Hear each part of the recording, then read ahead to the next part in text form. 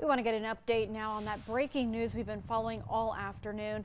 Just within the past 20 minutes, the New Hanover County Sheriff's Office releasing new details in a deadly shooting that happened this morning at Fort Fisher.